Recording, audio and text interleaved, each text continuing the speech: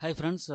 எல்லாருக்கும் வந்து பார்த்தீங்கன்னா, இப்போ கோல்ட் அண்ட் சில்வர்ல இன்வெஸ்ட் பண்ணணுங்கிற பெர்ஸ்பெக்டிவ்ல எய்தர் ஃபர்ஸ்ட்டு ஃபிசிக்கல் கோல்டா இன்வெஸ்ட் பண்ணுவாங்க.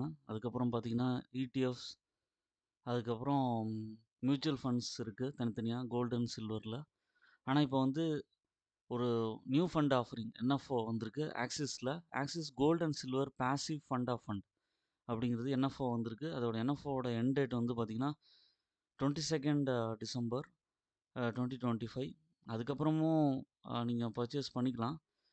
சப்ஸ்கிரிப்ஷன் வந்து எப்போ ஸ்டார்ட் ஆச்சுன்னா, 10th டிசம்பர் 2025 ஸ்டார்ட் ஆச்சு.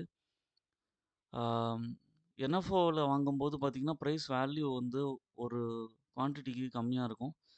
ஏன் வந்து கோல்ட் அண்ட் சில்வர்ல இன்வெஸ்ட் பண்ணோம் அப்படின்னு நினைச்சீங்கன்னா, ஒரு ஜென்ரலா வந்து மக்கள் வந்து ஆஸ்பிஷியஸ் அக்கேஷன்ஸ்ல அக்ஷய திருத்தியா, தீபாவளி, வெட்டிங்ஸ் இதுக்கெல்லாம் வேணுங்கிற பெர்ஸ்பெக்டிவ்ல இருப்பாங்க. சில்வரும் வந்து பார்த்தீங்கன்னா, ஃபினான்ஷியல் ஸ்டெபிலிட்டிக்கு இன்க்ரீசஸ் ஓவர் அந்த பீரியட் இருக்கும்.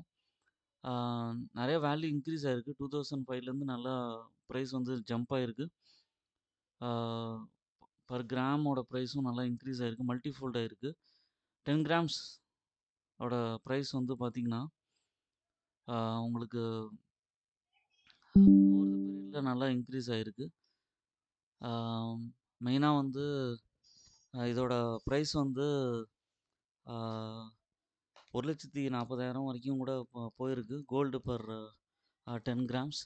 அதே மாரி சில்வர் வந்து பர் கேஜியோட பிரைஸும் வந்து உங்களுக்கு நல்லா இன்க்ரீஸ் ஆயிருக்கு. இதுக்கு காரணம் வந்து குளோபல் சிச்சுவேஷன்ஸ், அதுக்கப்புறம் ஃபினான்ஷியல் ஸ்டெ ப்ராப்ளங்கள், அதுக்கப்புறம் வார் அந்த மாரி சிச்சுவேஷன்ஸ் தான். அந்த மாரி சிச்சுவேஷன்ஸ் வரும்போது மக்கள் வந்து ஸ்டெபிலிட்டிக்காக பர்ச்சேஸ் பண்ண ஆரம்பிச்சுட்டாங்க. அது வந்து என்ன ஆகுதுன்னா, பிரைஸ வந்து நல்லா இன்க்ரீஸ் பண்ணிக்கிட்டே போயிருக்கு. வாலட்டிலிட்டில இருக்கு. கோல்டு வந்து கொஞ்சம் ஸ்லோவா ஏறும்.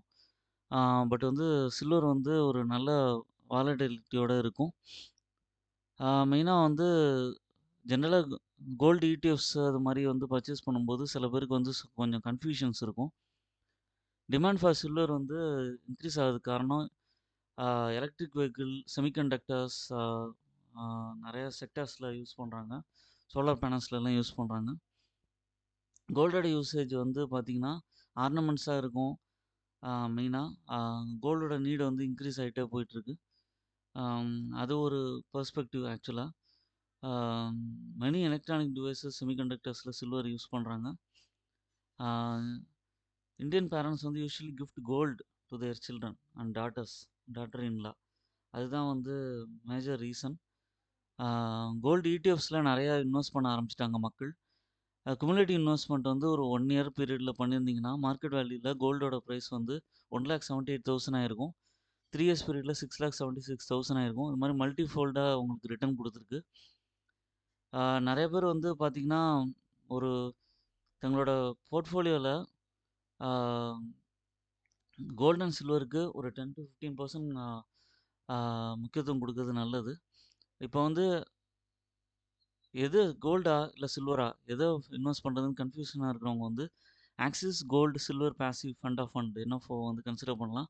ஏன்னா, அவங்க மினிமம் 35% கோல்டு அண்ட் சில்வர் இடிஎஃப்ல வந்து பிரிச்சு இன்வெஸ்ட் பண்றாங்க. ஆம், பேலன்ஸ் அவுட் பண்ணிடுறாங்க. மெயினா வந்து பார்த்தீங்கன்னா, உங்களுக்கு வந்து யூனிட்ஸ் ஆஃப் கோல்டு வந்து சில்வர் இடிஎஃப் வந்து பார்த்தீங்கன்னா, மினிமம் 95 மேக்ஸிமம் 100ங்கிற மாரி பிரிச்சுடுறாங்க அவங்க. உங்களுக்கு அந்த ரேஷியோ பிரிக்கும்போது, உங்களுக்கு வந்து மார்க்கெட் கண்டிஷனுக்கு தகுந்த மாரி பிரிச்சுடுறாங்க. ஆ ஏன் வந்து கோல்டு, சில்வர் ஃபண்ட் ஆஃப் ஃபண்டுல இது பண்ணோம்னா, cost of uh uh cost efficiency உங்களுக்கு கிடைச்சிருது. காஸ்ட் எஃபெக்டிவ் வந்துருது. லோ கேபிட்டல் அவுட்லே வந்துருது. கோல்ட் அண்ட் சில்வர் ஜுவல்லரி இது பண்ணும்போது, இது ஒரு ஒரு மினிமம் இன்வெஸ்ட்மென்ட் ஆஃப் ₹100 அந்த மாரி பண்ண முடியுது இது. ஹை லிக்விடிட்டி கிடைக்குது இதுல. Gold or silver fund of ஃபண்ட்ல வந்து பார்த்தீங்கன்னா, AMC prevailing net asset value வந்து நல்லா மெயின்டெயின் பண்றாங்க. ஹை செக்யூரிட்டி கிடைக்குது. இதில பண்ணும்போது அது ஒரு advantage. No risk of theft. உங்களுக்கு பிசிக்கல் கோல்டா வச்சீங்கன்னா தெஃப்ட் ஆக வாய்ப்பு இருக்கு. ஆனா வந்து ஹை இதில வந்து செக்யூரிட்டி கிடைச்சிருது. ஹை கன்வீனியன்ஸ் இருக்கு. பை ஆர் செல் பண்ணும்போது. பிரைஸ் கம்மியா இருக்கும்போது நீங்க அக்யூமுலேட் பண்றீங்க. கூட போகும்போது செல் பண்றீங்க. Timing the gold and silver can be challenging. அதனால வந்து இந்த மாரி வந்து பேலன்ஸ் அவுட் பண்ற ஃபண்ட் ஆஃப் ஃபண்ட்ல வந்து இன்வெஸ்ட் பண்ணும்போது, நெக்ஸ்ட் 5 இயர்ஸ், 10 இயர்ஸ்ல ரோலிங் ரிட்டர்ன் வந்து நல்லா கிடைக்கும். 1 இயர் ரோலிங் ரிட்டர்ன் பார்த்தீங்கன்னா, நல்லாவே கிடைச்சிருக்கு.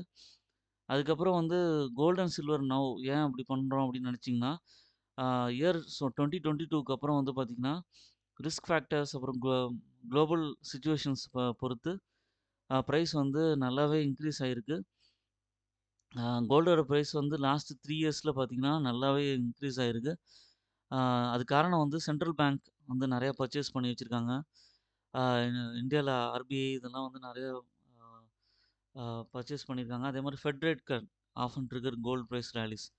யுஎஸ்ல வந்து பார்த்தீங்கன்னா, அ டாலரோட வேல்யூ வந்து இதாகும்போது, அன்சர்டனிட்டி சிச்சுவேஷன்ஸ் வரும்போது, அவங்க வந்து ஃபெட் ரேட் கட்ஸ் நடக்குது. அதனால பிரைஸும் இன்க்ரீஸ் ஆயிருக்கு. இப்போ இந்த சார்ட்ல பார்த்தீங்கன்னா, உங்களுக்கு வந்து 2005ல ஃபெட் ரேட் கட்ஸ்லாம் நடக்கும்போதே பார்த்தீங்கன்னா, கொஞ்சம் கொஞ்சமா வந்து பிரைஸ் இன்க்ரீஸ் ஆயிருக்கு. ஆ இதுலயே உங்களுக்கு தெரிஞ்சிருக்கும். அதுக்கப்புறம் வந்து இப்ப ட்ரம்ப் வந்ததுக்கப்புறம் டாரிஃப் வார்ஸ் நடந்திருக்கு. அப்படி நடக்கும்போது பார்த்தீங்கன்னா, பிரைஸ் வந்து இன்க்ரீஸ் ஆகிறது. ஏன் axis gold and silver passive ஃபண்ட கன்சிடர் பண்ணலாம் அப்படிங்கும்போது, இன்வெஸ்டர்ஸ்க்கு வந்து பார்த்தீங்கன்னா, டவுன் சைட் ரிஸ்க் ஒரு மார்க்கெட் டவுன் டவுன் போகும்போது ரொம்ப யூஸ்ஃபுல்லா இருக்கும். பிசிக்கல் கோல்டு கம்பேர் பண்ணும்போது இது ஒரு நல்ல லிக்விடிட்டி கிடைக்குது. அதே மாரி ஷார்ட் டெர்ம் வாலட்டிலிட்டிலேருந்து தப்பிச்சுக்கிறோம். லாங் டெர்ம் இன்வெஸ்டர்ஸ்க்கும் ரொம்ப யூஸ்ஃபுல்லா இருக்கும். ஆ ஆ எப்பவுமே வந்து நீங்க இந்த மாரி ஒரு இன்வெஸ்ட் பண்றதுக்கு முன்னாடி, மியூச்சுவல் ஃபண்ட் இன்வெஸ்டர கன்சிடர் பண்ணுங்க. அதுக்கப்புறம் வந்து ஏன்னா வந்து mutual funds investments R subject to market risk. அதனால இத நல்லா அனலைஸ் பண்ணிட்டு, அதுக்கப்புறமா கன்சிடர் பண்ணுங்க. ஓன் அனாலிசிஸ் பண்ணிட்டு மியூச்சுவல் ஃபண்ட்ஸ்ல இன்வெஸ்ட் பண்ணுங்க. என்னோட சேனல சப்ஸ்கிரைப் பண்ணுங்க, லைக் பண்ணுங்க. ஆ எல்லா வீடியோஸும் பாருங்க. பெல் நோட்டிஃபிகேஷன் பிரஸ் பண்ணி வச்சுட்டீங்கன்னா, இந்த மாரி யூஸ்ஃபுல் இன்ஃபர்மேஷன் கிடைக்கும். தேங்க்ஸ் ஃபார் வாட்சிங் மை வீடியோ.